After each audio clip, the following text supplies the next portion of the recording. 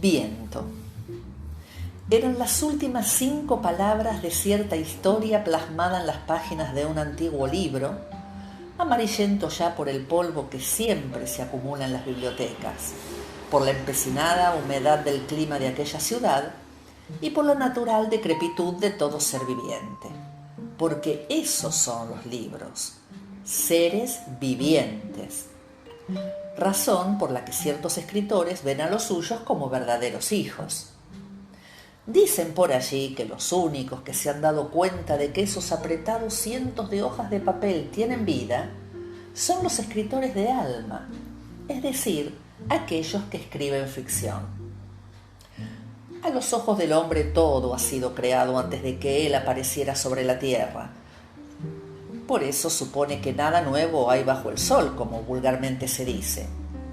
Pero aunque los científicos, los religiosos y además los vendedores de humo, los políticos, los economistas y todo tipo de embaucadores con fama no se hayan dado cuenta aún, hay una única y verdadera creación del hombre y con ella ha podido superar a un tiempo a Dios y al mismísimo demonio: el libro.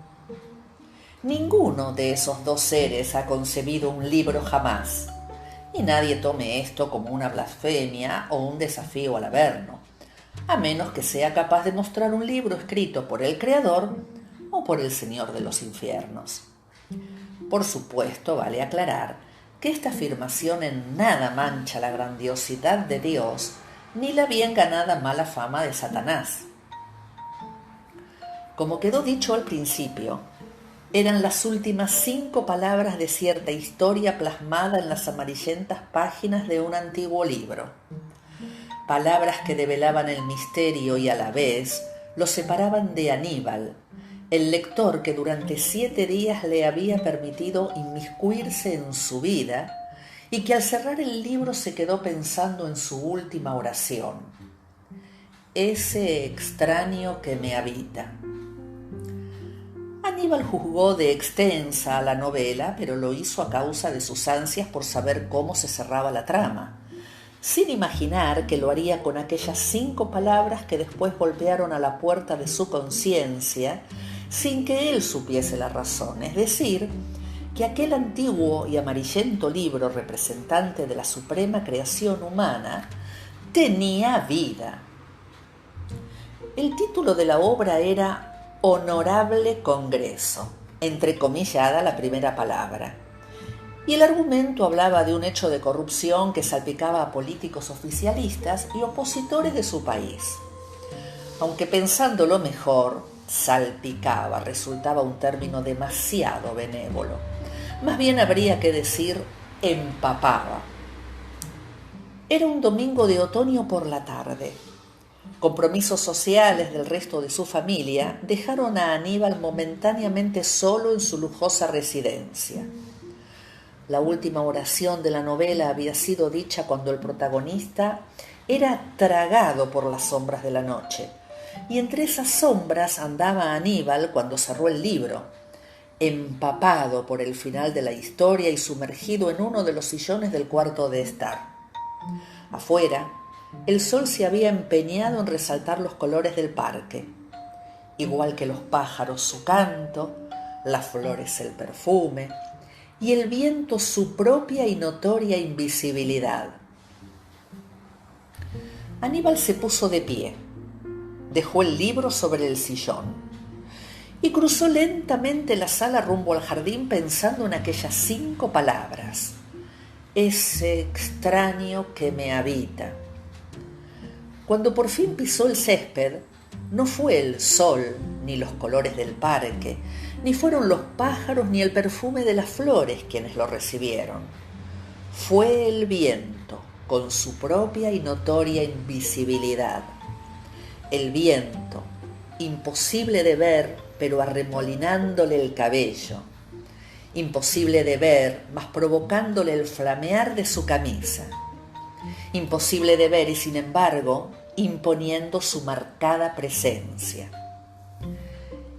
Increíblemente, a pesar del sol, de los colores, del canto de los pájaros y del perfume de las flores, Aníbal caminaba entre sombras empujado por el viento. En aquel instante hubiese preferido que su mujer estuviera en casa, aunque solo fuera para discutirle alguna de sus decisiones, o que los chicos anduvieran metiendo bulla con sus peleas habituales o sus juegos continuos. Pero no estaban, como tampoco el personal doméstico que volvería a las 7 de la tarde luego de su franco dominical. El único que andaba por allí siempre atento y vigilante era Kenji, corpulento, bravucón, mal llevado y negro como la noche por la que caminaba Aníbal. Lo acompañaban, pues, Kenji y el viento, nadie más. Luego de algunos minutos de recorrida por el parque, Aníbal se molestó por el aire arrevesado y volvió a la casa. Instantes después, detuvo sus pasos frente al gran espejo que dominaba la sala de estar. Y al ver reflejada allí su imagen, caminó muy lento hacia ella hasta empañar levemente el cristal con su aliento, tratando de saber quién era ese extraño que me habita, según decía su conciencia. Quien estaba parado frente a él era para Aníbal una especie de recuerdo, el de un hombre de principios inquebrantables, de convicciones firmes y de nobles ideales. Y fue mirando esa imagen cuando supo que su conciencia era igual que el viento, imposible de ver, pero arremolinándole sus remordimientos, imposible de ver, mas provocándole el flamear de sus ideales de antaño, imposible de ver y, sin embargo, imponiendo su marcada presencia. El extraño que habitaba en él era el responsable de que hubiese olvidado lo que de niño aprendiera en su hogar de gente honrada y trabajadora. Era quien le había hecho dejar de lado sus principios, sus convicciones y sus ideales de juventud. El sujeto que lo obligó a casarse con una muchacha ambiciosa y de la alta sociedad, que le sirvió para ascender en su carrera política. Y fue quien lo hizo yerno de un juez que, valiéndose de sus contactos, consiguió que él se convirtiera en un honorable diputado de la nación. El extraño que habitaba en él, un sujeto que aceptaba sobres con dinero vendiendo su voto al mejor postor, un fulano que disfrutaba de una mansión que no merecía ni era el fruto de una vida recta, y el tipo que había asesinado al joven que Aníbal había sido alguna vez. El extraño que habitaba en él, parado ahora frente a su imagen en el espejo, sabiendo que el último contubernio del que formó parte en el honorable Congreso había tomado estado público y que las consecuencias serían inevitables. Él era uno de los comúnmente llamados perejiles, que pagan por culpas propias y ajenas. Ya se lo habían avisado desde el gobierno. Debería afrontar un juicio y el desprestigio, pero sería recompensado luego de estar un par de años detenido y su cuenta bancaria crecería, pues, espectacularmente. Y allí, parados frente a frente Aníbal y el hombre que habitaba en él, pensó aquel en sus hijos y la inocencia que los mantenía al margen de todo, en sus padres y el buen nombre que siempre habían tenido, en sus antiguos vecinos que aún los saludaban con respeto, en la vergüenza, en el deshonor y en la cárcel para el perejil. Minutos más tarde era él quien telefónicamente le avisaba al gobierno. «De ninguna manera», advertía antes de cortar. «Si mi nombre se ve envuelto en el escándalo, decile al presidente que no voy a ser el único perejil que va a terminar preso. Abro la boca y conmigo me lo llevo a todos, incluso a él». Poco después el teléfono sonó en la mansión. Aníbal atendió molesto. Era el jefe de gabinete quien de malos modos le exigía entrar en razones. Después hubo otro llamado, el de su suegro, hablándole paternalmente de cómo eran las cosas en la política. Más tarde un tercero, y esta vez fue un sindicalista que le explicó, sin inmutarse, que si no aceptaba las reglas del juego, la vida de su familia no valdría un centavo, mientras le recordaba el accidente mortal que sufriera el hijo de un alto funcionario de la nación años antes. Tras la última llamada, Aníbal colgó el auricular y nuevamente se vio frente al espejo, sabiendo que, igual que el viento, la conciencia era invisible, pero allí estaba.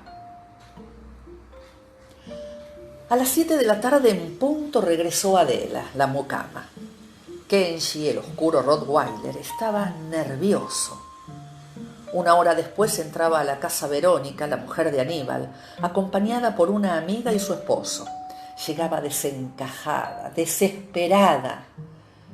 Enseguida apareció la policía y apenas más tarde un alto funcionario de gobierno. Bruno y Sabrina, los hijos de Aníbal, fueron llevados por un guardaespaldas a la casa de un tío. Cuando las sombras empezaban a caer sobre la tarde, aquello era un hervidero. Policías, abogados, políticos, familiares, periodistas y toda la fauna que se apelotona en estos casos. Cámaras de televisión, declaraciones, trascendidos, primicias, sospechas, escándalo. Mientras tanto, en el interior de la casa, yaciendo en la gran sala de estar sobre el piso frente al espejo, estaba el cuerpo sin vida de Aníbal. ¿Asesinato? ¿Muerte natural? ¿Suicidio? Por el momento nada se descarta, declaró el inexpresivo jefe de policía ante las cámaras. Finalmente la noche se cerró y el viento, invisible pero siempre marcando su presencia, entró por la ventana de la sala. Las páginas del libro que aún permanecía sobre el sillón se movieron para volver a mostrar aquella frase final: ese extraño que me habita. Mas no se movieron por la corriente de aire. Lo hicieron simplemente porque aquella creación humana que superó a Dios y al mismísimo demonio tenía entre sus apretados cientos de hojas vida. Por el momento, nada se descarta.